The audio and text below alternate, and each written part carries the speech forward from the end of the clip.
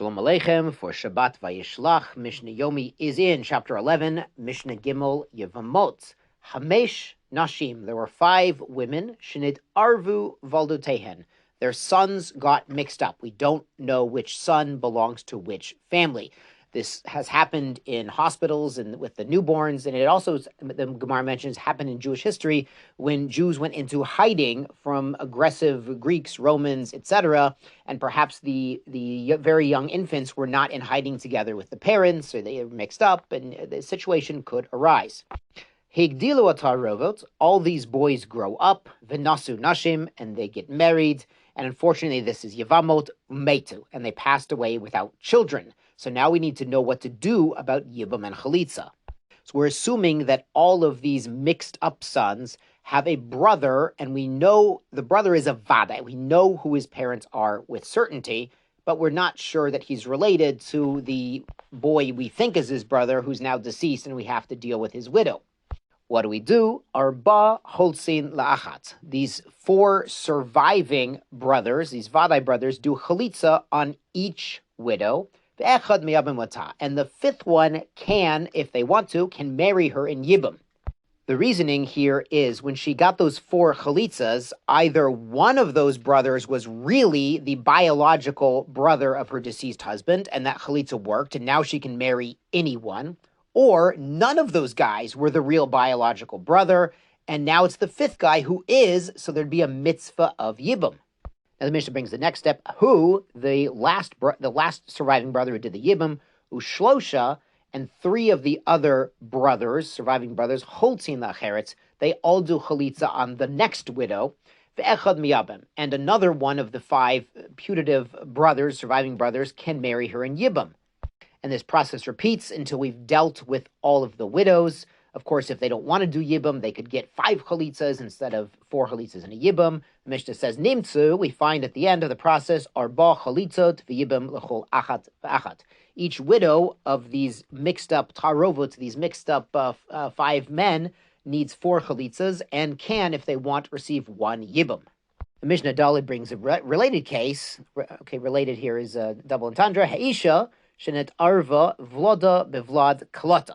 There's a woman and her son was mixed up with the son of her daughter-in-law, which is actually her grandson. There are families locally where the grandchildren are at the same age of the youngest of the children of that family. It makes carpool easier because you have grandma can do carpool or mommy can do carpool. So there's a lot of options. Here again, Higdilo Tarovot, these 2 boys grow up, Nasu Nashim, they got married, and Vametu, unfortunately died without children. So what do we do for Chalitza and Yibum? B'nei Hakola, the surviving children of the daughter-in-law, Holtzin v'lo miyabin. They can do chalitza but not Yibum. Why? Shu safek eshet achiv, safek eshet achi aviv. Because each of these widows, we're not sure, is that actually the widow of his brother, and there would be a mitzvah of Yibum, or it could be the widow of his uncle. And a man is not allowed to marry, it's completely forbidden to marry the widow of an uncle. Since we don't know if it's a mitzvah or an isser, we have to do chalitza to be on the safe side, cannot do Yibum. V'nei zakena, the children of the older woman, the grandmother, o holtzin o miyabmin. They can do chalitza or Yibum. Why? Shu safek eshet achiv. It's either the widow of his brother, and there's a mitzvah, the eshet ben achiv, or it's the widow of his nephew, and the widow of a nephew could be married. There's no isser. Now the Mishnah brings meitzua kesherim. What if the quote-unquote kosher, meaning the known brothers, passed away, the brothers where there was no mix-up? You've got these 2 boys where there's a mix-up. It's either the son of the grandma or the son of her daughter-in-law, but there's other sons in the family, and we know who they are. What if they died without children? So here, b'nei tarovit, livnei zakena, holtzin v'lo miyabmin.